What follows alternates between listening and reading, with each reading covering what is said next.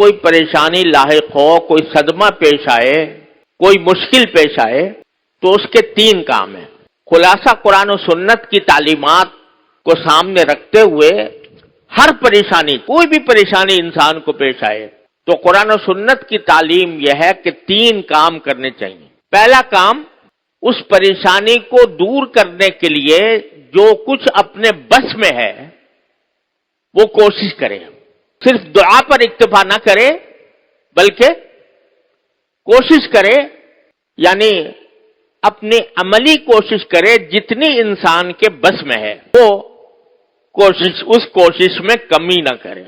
مثلا ایک شخص بے روزگار ہے، پریشان ہے،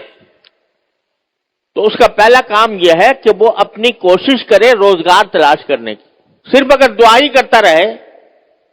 کہ یا اللہ مجھے روزگار دے دے، اور گھر میں بیٹھا ہے اور مصلی پہ بیٹھ کر دعا کرتا ہے اور کبھی کوشش نہیں کرتا کہ مجھے روزگار کہاں سے ملے گا، کوئی ملازمت، کوئی مزدوری، کوئی پیشہ اختیار کرنے کی فکر ہی نہیں ہے، گھر میں چارپائی توڑ رہا ہے اور کوئی حرکت نہیں کرتا، صرف دعا کرتا ہے کہ یا اللہ مجھے روزگار دے دے، تو یہ ایک مسلمان کا کام نہیں ہے۔ مسلمان کا کام یہ ہے کہ ہاتھ پیر ہلائے، اپنی سی کوشش کرے، روزگار کے جہاں مواقع ہیں وہاں جا کر روزگار تلاش کرے، کوئی ملازمت کر سکتا ہے اس کی درخواست دے، کوئی تھوڑے بہت پیسے ہیں اس کے ذریعے کچھ روزگار بنا سکتا ہے اس کی کوشش کرے، پھر اللہ سے دعا کرے۔ تو پہلا کام جو ہے وہ اپنی سی کوشش کر لینا، ہر کام میں، ہر معاملے میں۔ ایک شخص بیمار ہے، بیماری کے اندر پریشان ہے بیماری کی وجہ سے، تو اس کا کام یہ نہیں ہے کہ بس بیمار ہے تو بیمار پڑا رہے اور صرف دعا پر اتباع کرے، بلکہ سنت یہ ہے نبی کریم صلی اللہ علیہ وسلم کی کہ کسی علاج کی فکر کرے، اپنی سی کوشش جو بیماری کو دور کرنے کی ہو سکتی ہے وہ کرے، اور پھر دعا کرے، اللہ تعالیٰ کی طرف رجوع کرے۔ بھروسہ اس کوشش پر نہیں، بھروسہ اللہ تعالیٰ کے قدرت پر، اس کی رحمت پر ہے۔ اپنی کوشش اس لیے ہے کہ میرے اللہ نے مجھے حکم دیا ہے، میرے اللہ نے یہ کہا ہے کہ ہاتھ پاؤں باندھ کر نہ بیٹھو، کوئی کوشش کرو، کوئی قدم بڑھاؤ، اور اس قدم بڑھا کر پھر اللہ پر بھروسہ کرو، پھر اللہ سے دعا کرو۔ اجملوا فی الطلب وتوکلوا علیہ، اپنی سی جتنی کوشش تمہارے بس میں ہے وہ کر گزرو، اور اس کے بعد اللہ تبارک و تعالیٰ پر بھروسہ کرو، اس سے مانگو کہ یا اللہ میرے بس میں تو اتنا کام تھا کہ میں یہ ہاتھ پاؤں چلا لیتا،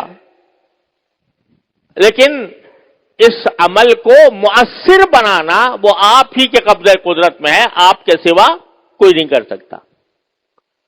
اپنی سی کوشش، اللہ پر بھروسہ، اللہ تبارک و تعالیٰ سے دعا اور انابت، اس کی طرف رجوع، یا اللہ یہ کوشش کی ہے، اس کو کامیاب بنانا آپ کی قدرت میں ہے، اپنی رحمت سے اس کو کامیاب بنا دیجیے۔ تیسرا کام ہے رضا بالقضاء، کہ اب میں نے اپنا کام کر لیا، اب اللہ تبارک و تعالیٰ ہی کے قبضے میں ہے، اسی کی قدرت میں ہے، اسی کی حکمت میں ہے کہ جو فیصلہ وہ کرنا چاہے گا کر لے گا، ہمیں اس پر کوئی اعتراض نہیں۔ اگر یہ تین کام انسان کر لے، ہر مصیبت کے موقع پر، ہر تکلیف کے موقع پر، ہر پریشانی کے موقع پر، تو کیا ہے کہ اس پریشانی کا سد باب ہو جائے گا۔ اپنی سی کوشش، اللہ تعالیٰ سے رجوع اور دعا بھی اہتمام کے ساتھ، اور پھر کہہ دیں یا اللہ میرے بس میں اتنا ہی تھا، میں نے کر لیا، اب اس کو انجام تک پہنچانا وہ آپ کا کام ہے، آپ جو فیصلہ کریں گے اسی پر میں راضی ہوں۔ اگر میں بے روزگار ہوں اور روزگار کے لیے میں نے